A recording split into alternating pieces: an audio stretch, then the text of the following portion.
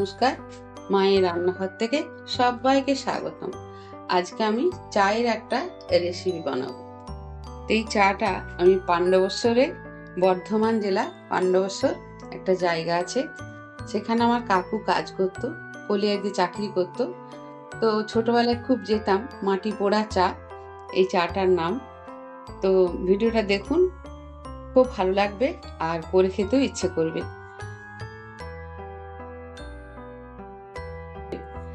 Gas জেলে আমি saucepan বসিয়েছি, এখানে আমি দুধ দিয়ে দিচ্ছি। এখানে একটু জল ব্যবহার করিনি আমি। এই যে দেখছেন মাটির, এটা আমি ভেঙে নেব।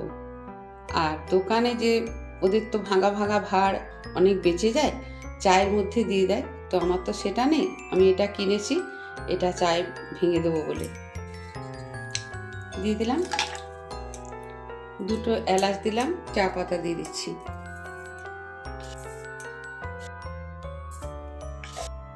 4 চামচ চা পাতা দিলাম।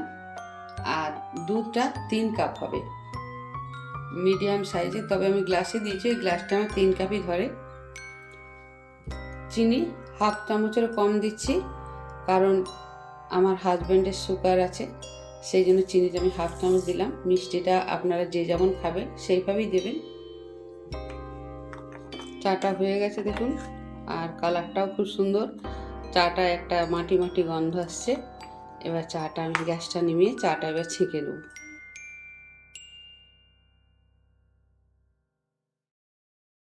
ভীষণ ঠান্ডা পড়েছে, এই কনকনে ঠান্ডায় এরকম মাটির ভাঁড়ে গরম গরম চা খেলে বেশ ভালো লাগে। আর এলাচ দিয়ে আছে, মাটি পোড়া চা, আশা করি কেউ খেয়েছেন বা জানি না আমি। যদি না খেয়ে থাকেন তাহলে বাড়িতে এইভাবে বানিয়ে খাবেন, দেখবেন সন্ধেবেলাটা জমে যাবে। ভিডিওটা লাইক, শেয়ার, সাবস্ক্রাইব করার অনুরোধ রইল। সবাই ভালো থাকুন, সুস্থ থাকুন। ধন্যবাদ।